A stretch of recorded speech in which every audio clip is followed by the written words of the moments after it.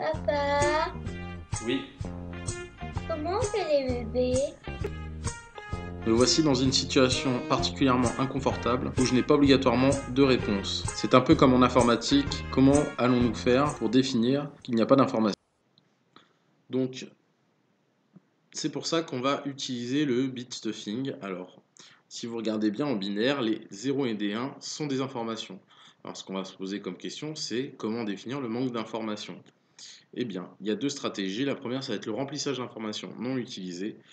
Alors, dans le cas où nous avons des informations qui n'utilisent pas tout le message, par exemple pour l'IPv4 qui n'utilise que 8 de ses octets pour l'instant l'utiliser, eh bien que fait-on des autres octets non utilisés? On utilise des bits codés à 1 pour prévenir que l'information est codée même si elle ne représente rien. La logique de message non fini, c'est la deuxième possibilité.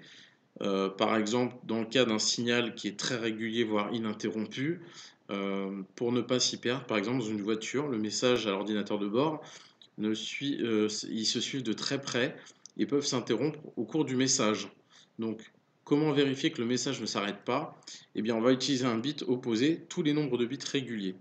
Par exemple, si on décide de vérifier que le message ne se finit pas tous les 4 bits et que par exemple vous avez un message de 5 bits en A et en 0, on ajoute un bit opposé au quatrième bit. Comme l'exemple qui va suivre, donc là par exemple si vous avez une série de 5 bits non stuffés, et quand on a stuffé ces 5 bits, et ben on obtient 4 bits codés à 1, le bit de stuffing qui nous fait un bit à 0, et le dernier bit, le cinquième bit, qui intervient juste après.